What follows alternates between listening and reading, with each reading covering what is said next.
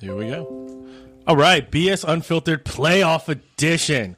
We got Rob, Brad, Mike, and Sean. We're all here today to talk about the Eagles' win against the Falcons. Where's this victory whistle? Get that victory whistle out.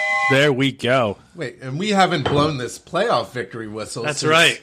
2008, 2009 season. So Needs another one. it was I like it. 9 years ago when we went to the NFC Championship that year as well. And we ended up losing to Arizona, who ended up losing to Pittsburgh. That's right. Larry Well, Fitzgerald's going crazy that year. That was the last time we won a playoff game. Deshaun caught that bomb. 9 Yeah. years. And I look back in the history since in the Super Bowl era. Holy crap. Super Bowl era, 1966. The Eagles have only won 20 playoff games, so this doesn't happen all that often, including yesterday's win. So it's a great day. That was number 20? Yeah. That was number 20. They're 20 and 21 overall in the playoffs. Woo. And it didn't. It was a tight game too, boy. That was a rough beginning to that game. Yeah, we had to do this the next day because I don't know if my heart could take it. I had to chill out. Man. It was high stakes, high intensity, low scoring game, close the whole way, and a lot of back and forth. And the defense stepped up in the second half, and A lot of weird plays up in this one. Mistakes galore, interceptions hitting knees. Yeah, punts hitting ankles. It was some weird business that game. You know, the Eagles got to win without playing perfectly, which actually I think bodes well for moving on because they can play better than this. They had the opportunity. Definitely. Ajayi, after the pass interference call to Torrey Smith, Ajayi ends up fumbling, lost points there. Foles gets sacked at the 45 when they were at the 32 or something like that. Lost points there. Sure did. So the Eagles could have more points, and the defense played well. And I think you had bounces go both ways. We had that punt that deflected off the one blocker that they ended up recovering. That was ridiculous. But, we also had that where the D-back did that karate chop knee thing, and it bounced into Torrey Smith's hand. So that was kind of fluky. That was like a Franco Harris looking That kind was of play. weird. That was. It was like a soccer block, man. Yeah, I would say that there was nothing that went in one team's direction, disproportionately as far as luck or penalties or anything like that. So they could play a little bit better for sure, but that's good. They got to win, and they didn't bring their A game, maybe a B game, B+. What'd you guys think? What'd you guys think overall? It was awesome. I mean, if you take away what they gave them, all of their 10 points came on our mistakes, our turnovers. If you take those away, the Eagles really dominated the game. They didn't do anything on offense. The Falcons, they moved the ball a little bit, but every single time it came down to clamp down, whether it's right before field goal range or right there at the end, they did.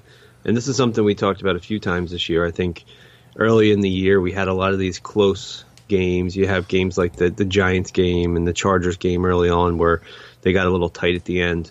And this team has been finding a way to finish those games out. And earlier in the year, we said all right, well, this is good. It's a good. You have to learn how to win that way. But it's against the Chargers and the Giants, so hopefully you can do that against good teams too.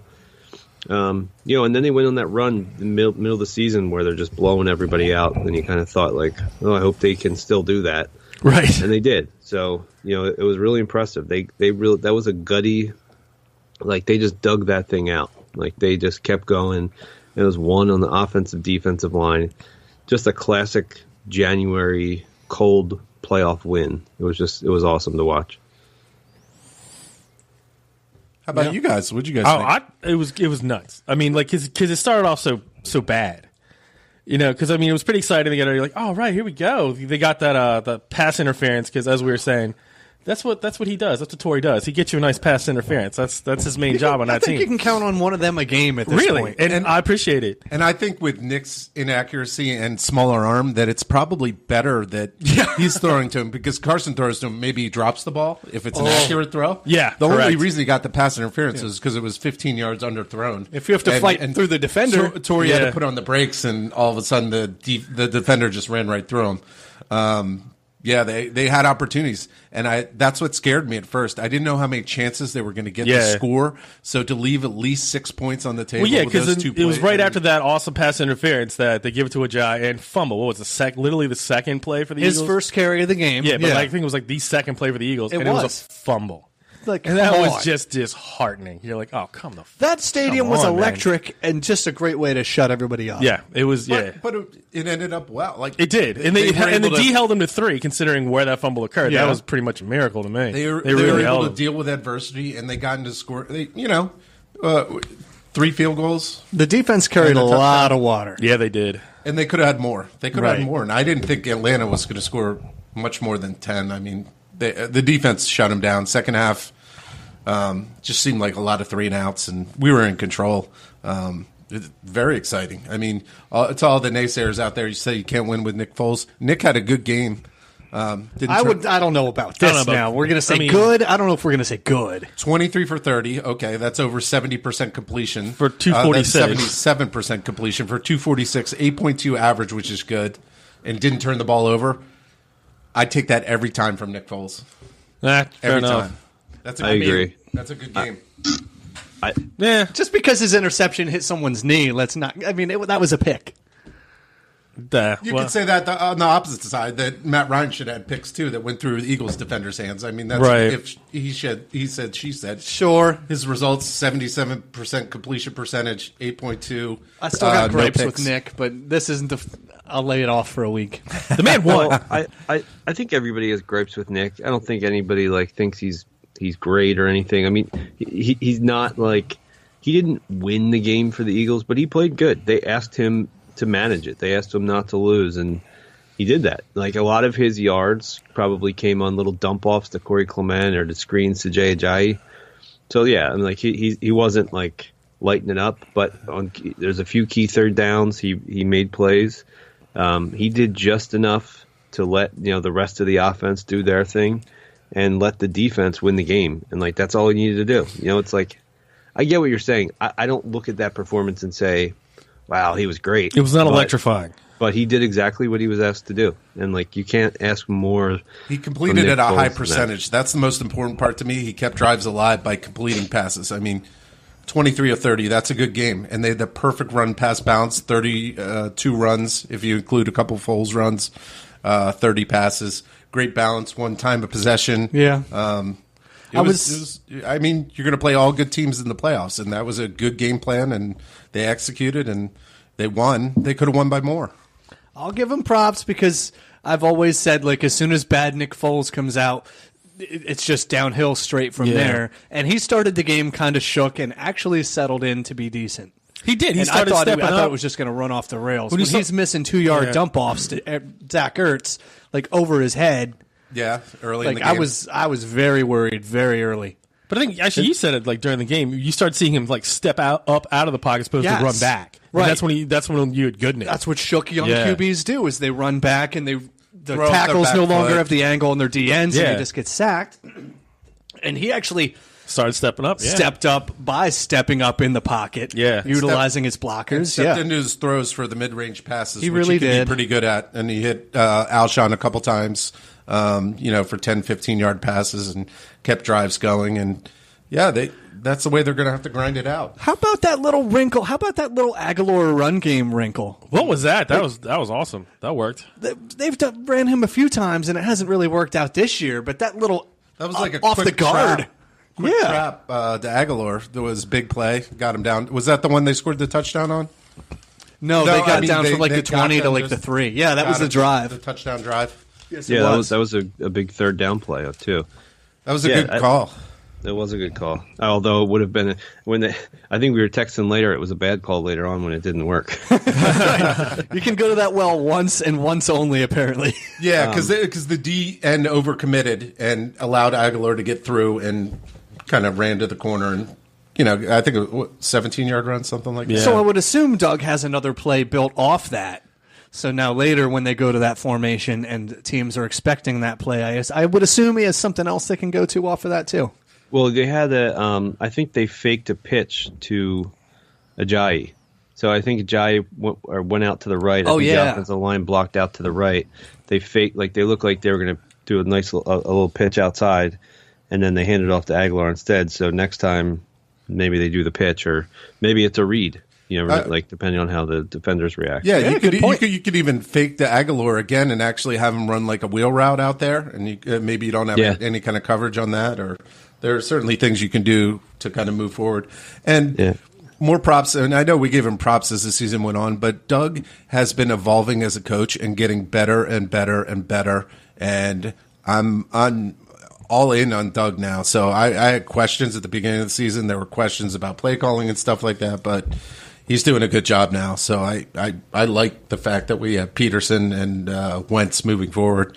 Sorry, I didn't mean to interrupt, but I was just going to say the underrated part about his performance yesterday, like we were talking about the play to Aguilar and maybe some of the decisions he made later on, but like the underrated thing to me is that he got this team through adversity. Early in the first half, almost everything went wrong for them.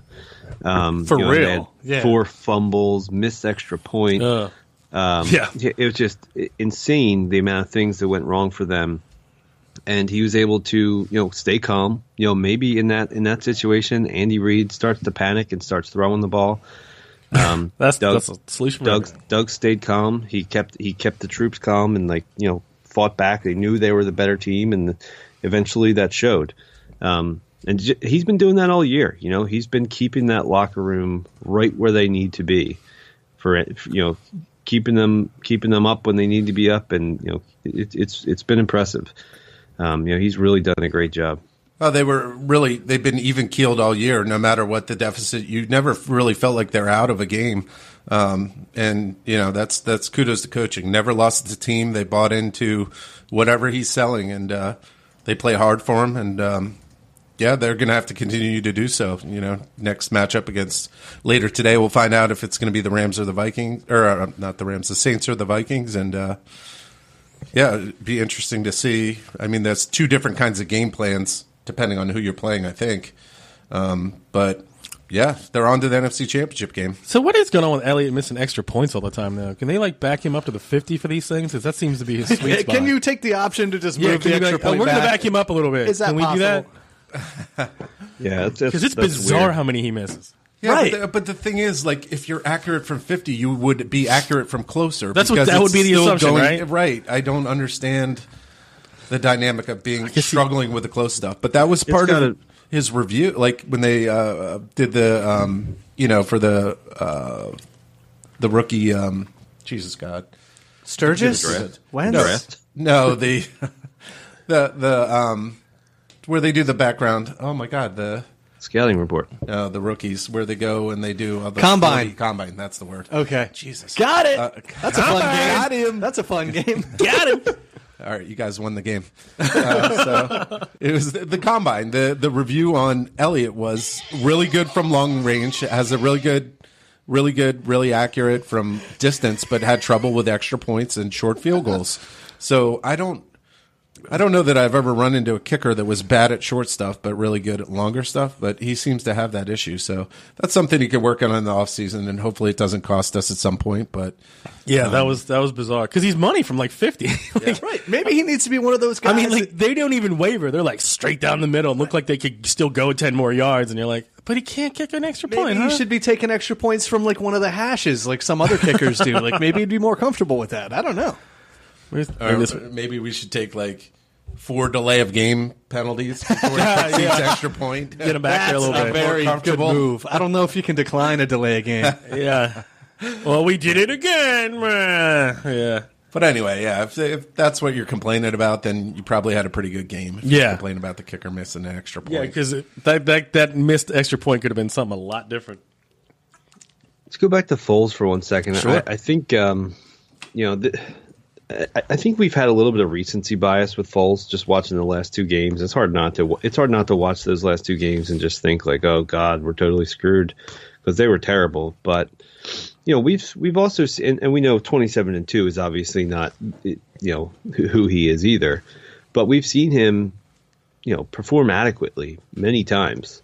I think the truth is he's just not consistent. I think that's his issue. That's his primary issue, because he can come out. We've seen him play these games that he played last night. We've seen it probably at least catch it. 20 different times. And then we've also seen the really bad ones too. Like that, we had the one against the Cowboys back in like 2014, I think. That was just horrendous. And he followed that up the next week with a 7-touchdown performance versus the Raiders. It's just hard to you just never know which Nick you're going to get. But the fact remains, you always have a chance, because you can always hope that the right Nick shows up. And last night he did. And spurts, yeah. Yeah. Well, the only concern is consistency-wise, you need 3 straight good games from Nick to be able to have a chance to win the ultimate goal, Super Bowl. Well, so we only need 2 now. Two now. Check one box. We got 1 out of the way, and if he can be consistent, Nick, we'll have a chance next week. And who knows if he makes the Super Bowl? I mean, that's a different discussion there. I mean, you're probably looking at a Pittsburgh or New England matchup, which would be a big challenge for us. So right. We just did see Jacksonville interception and maybe a second Leonard Fournette touchdown here. That would be really nice if Jacksonville picked this up. Oh, Jacksonville looks like they're up 14-0 here.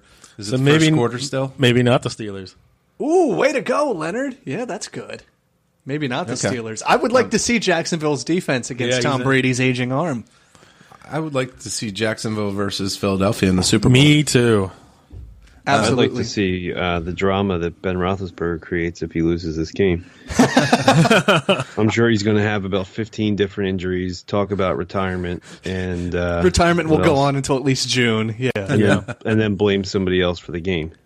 They just didn't block for me. It's not much you can do when they can't block. Yeah. Over under, how many nagging injuries do you think he comes up with should they lose? At least 2. Oh, yeah, at least. Yeah. He's always hurt. So maybe Jacksonville. I mean, we'll see. All right. All right. I think we've gone over the game pretty well. Is there anything else we should add to the game other than the fact that 10-15 was a low-scoring affair? Those last 4 defensive plays were fun. They were. Like that was 4 plays for the season.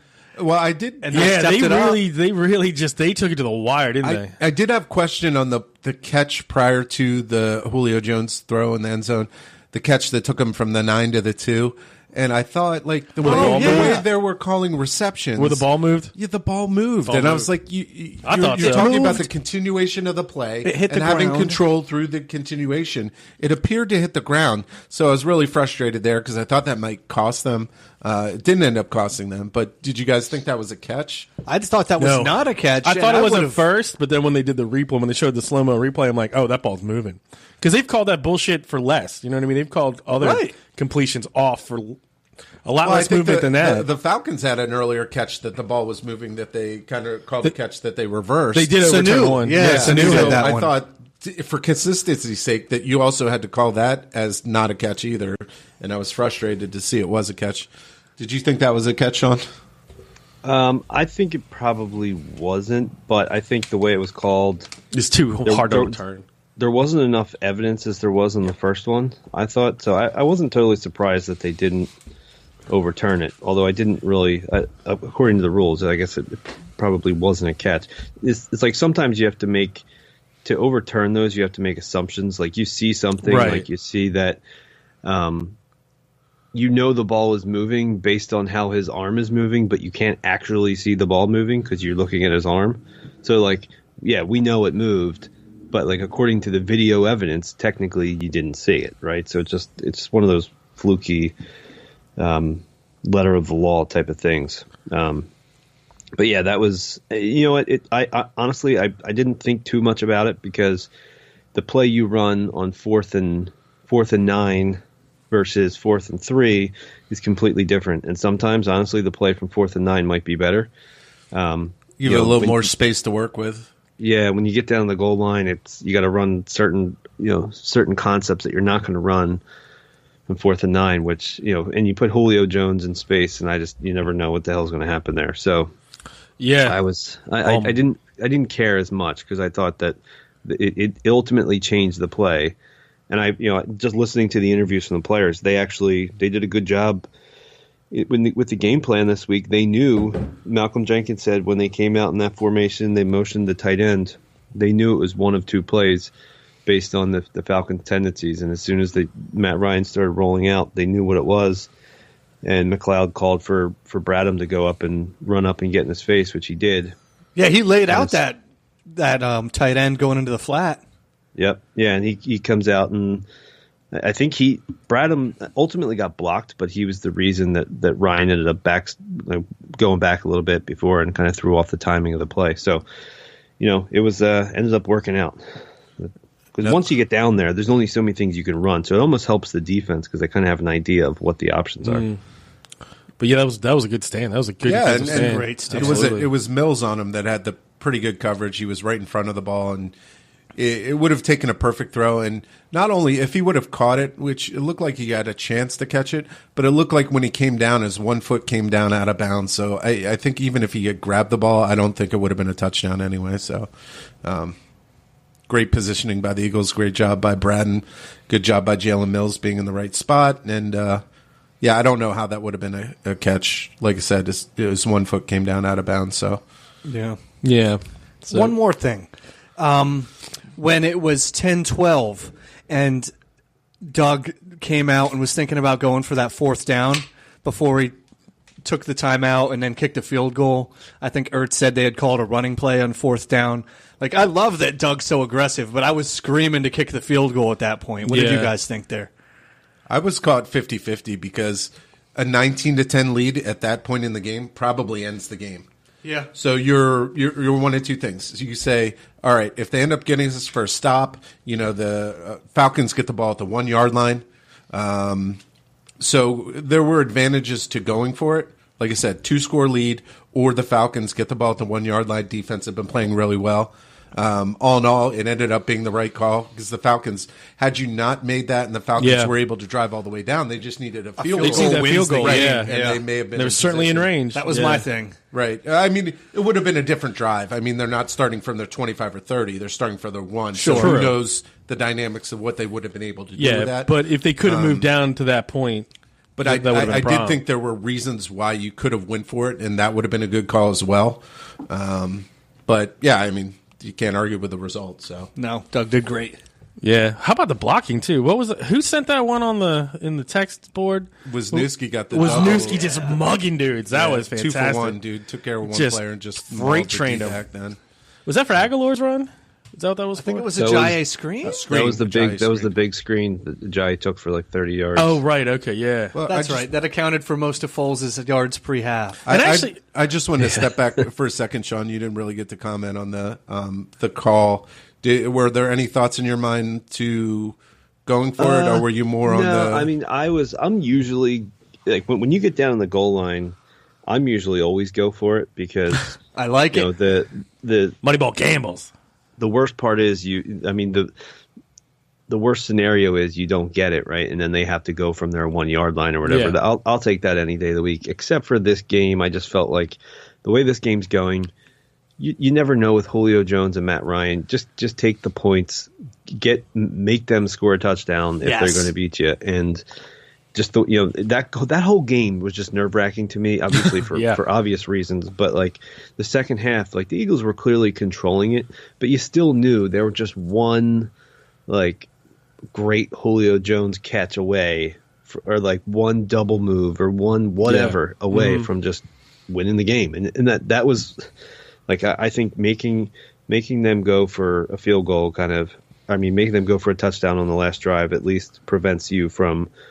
Could you imagine if like they get that 4th and 6 and Julio Jones catches that pass, puts them in field goal range, and they kick a field goal and win 13-12? That'd be horrible. It would, and we'd be shitting on Doug right now for not taking that kick.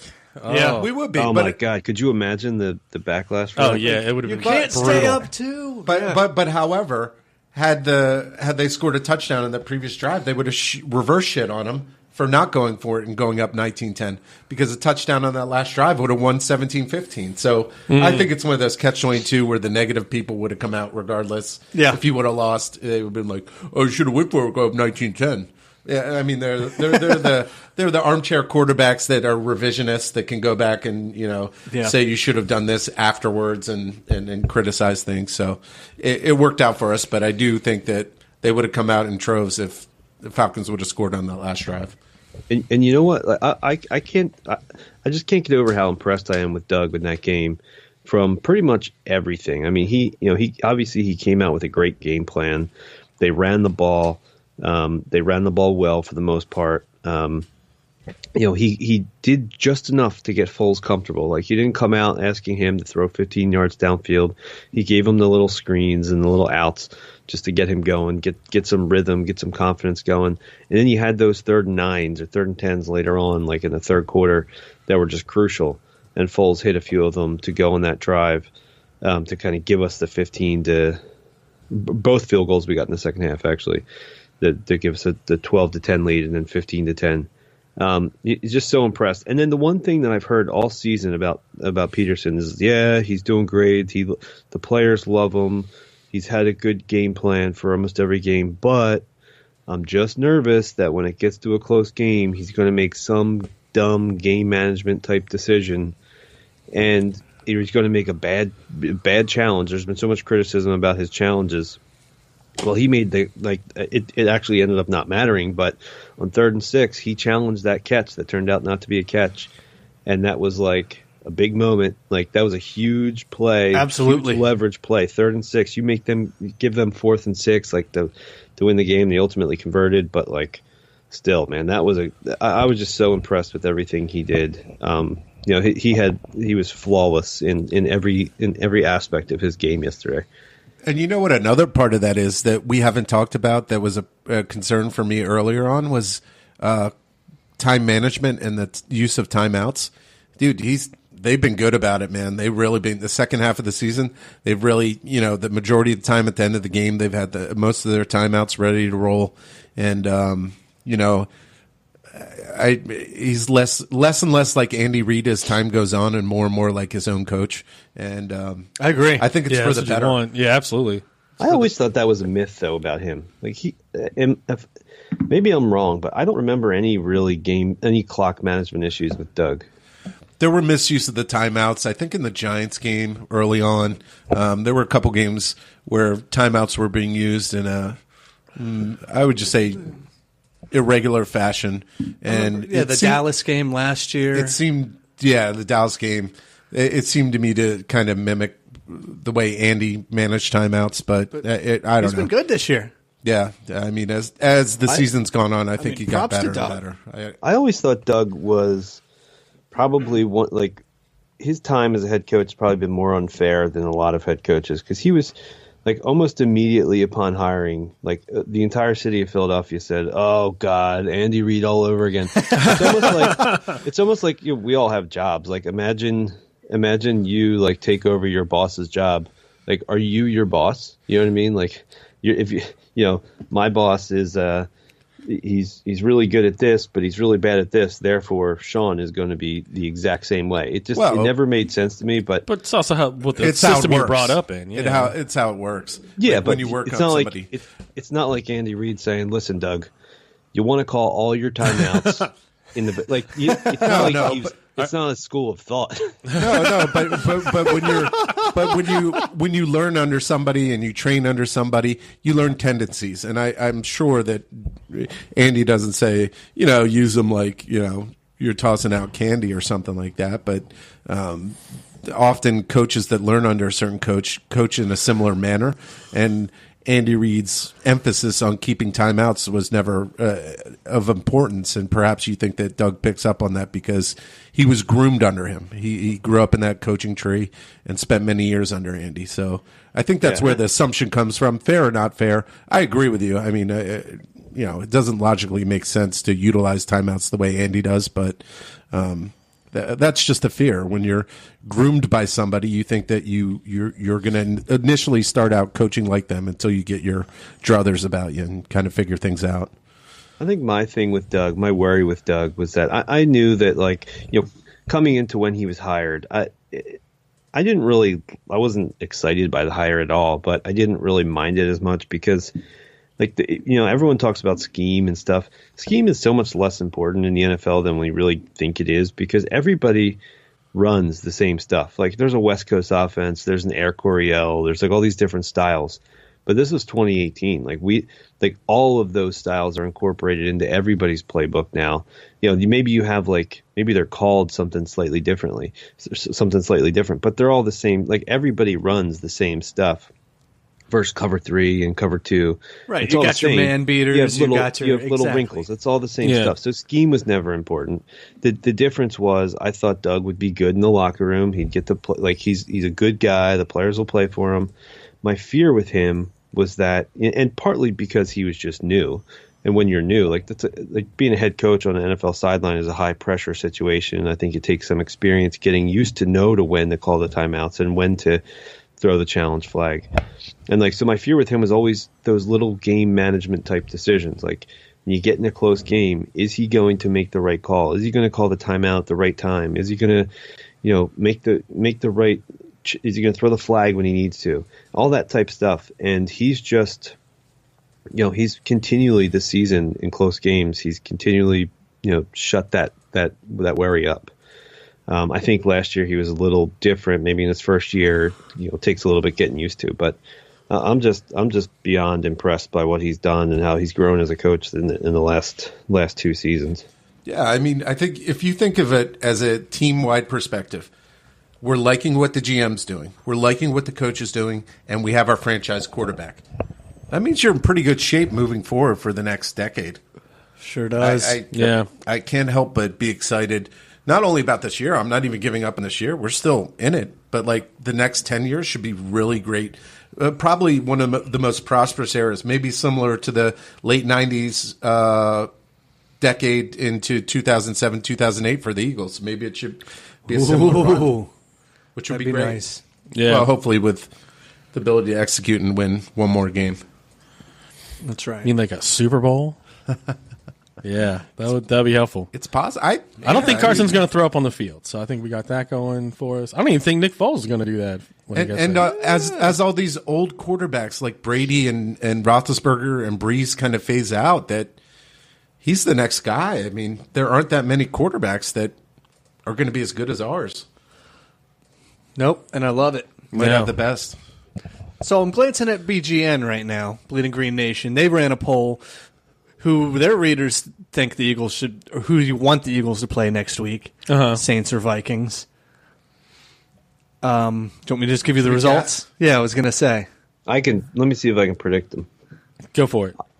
And if I get within 10 percentage points, I win. Yes, you can. Okay, sure. And there's almost 3,000 votes, so it's pretty. We're all going to guess. It seems pretty representative at the moment. Plus or minus 10% gets you.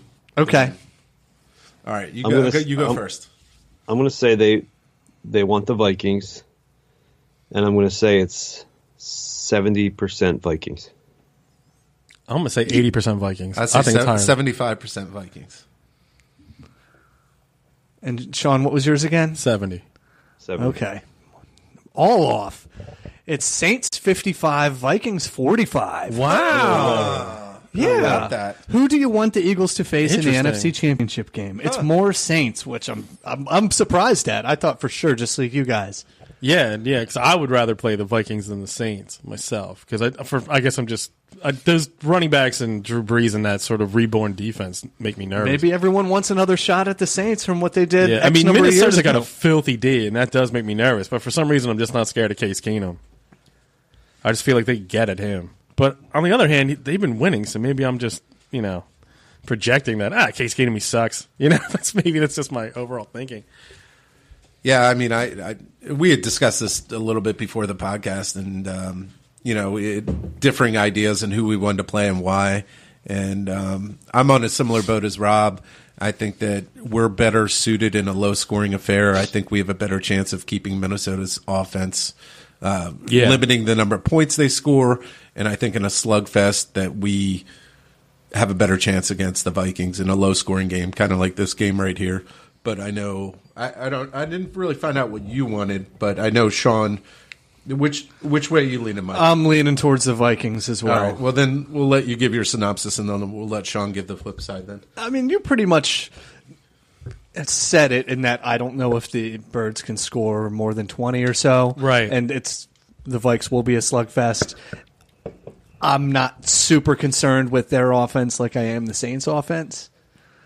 Vikes defense probably better, but we'll roll with that. Well, and Sean, you brought up some good counterpoints. You're leaning towards the Saints, and what makes you think that? Why are you with the what are majority of Bleeding Green Nation? What are your reasons? What are your reasons why you would rather play the Saints? I'm shocked that the poll Me says too. Saints. Although I would rather play the Saints. I just don't. I guess I'm not like I definitely respect the Saints offense. They definitely have a good offense, but like everybody's good in the playoffs, and either team we play is going to be really good. Frankly, Yeah. I don't think there's a huge difference, but personally, I just think we match up better with the Saints. I think this defense in the outdoors will be able to neutralize the Saints offense more than we think they will. And yeah, Breeze is going to probably hit us with a few plays. I honestly don't think they score more than 24 on us, to be honest. And I think that's probably a win. Like I think this defense can keep the Saints under 20. I really do in the outdoors, and I think our offense will be able to move the ball much better because we're still going to either way. We're still going to have to score points to win. So Right. we're going to need to do that. And if you could pick one thing that travels well in January in the cold, it's defense. And the Vikings have that. And the offense does not travel as well as defense does. And yeah, the Saints are better at running the ball. I will not be scared of any running back. I'm scared of quarterbacks, and Breeze is the better quarterback, but I still think this is a better team. Our best versus your best. Let's just do it. I just have a feeling with the Vikings, their defense is so good. We're not going to be able to run the ball. We're not going to be able to throw the ball. We're not going to be able to do anything on offense versus the Vikings. And Case Keenum, I think we're kind of selling him short. This whole underdog thing that we've been going on, like he's been on that all season. Nobody has given him any respect all season. And those receivers are good. Adam Thielen, Yeah. if he wasn't white, we'd be talking about him as one of the best young receivers in the league. But because he's white, he's just like a quicker than you think kind of guy. Yeah, remember how much He's a spark plug in the gym, Sean. Allen Robinson got his blow gym up rat. year, and Thielen's getting like a third of that. Those guys, Stephon Diggs, Adam Thielen, they are lightning quick. Yeah. And you Good know what hands, you too. know what the Vikings are going to do? They don't want Case Keenum sitting back there holding the ball because he's probably not that good. They don't want him sitting back. They want to get the ball out of his hands, and I can see them running the exact same game plan that the Giants did. Adam Thielen, Stephon Diggs, 7-yard slant, 7-yard slant, 7-yard slant, slant and go, touchdown. And all it's going to take is one of those, and we're done. We're not going to be able to score in that defense. I just don't. I'd much rather play the Saints. Huh. Just because the defense is that much, you just think the defense on the Saints is just like a step down, like just easier Yeah, day. step down, and I think the Vikings offense. If I was the Vikings, that would be my game plan, and that's Just dink and dunk 'em. seen. That's the Eagles' kryptonite. Well, I do.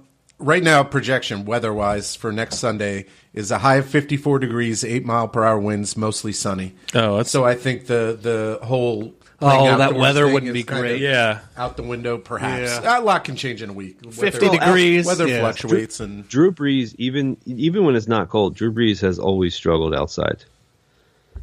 And he may not struggle, but he's definitely not as effective as he is indoors.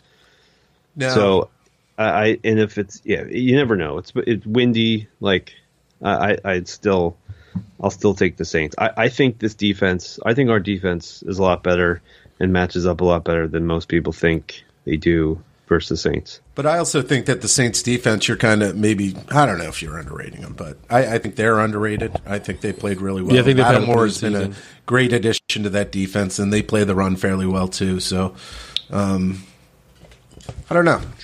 It's kind of, we'll see. You're going to play a good team either way. So, it's not really in our control. So who we want to see and who we're actually going to see, who remains to be seen who wins this game. But I think either way, it's going to be a tough game for us. We're going to have to play well.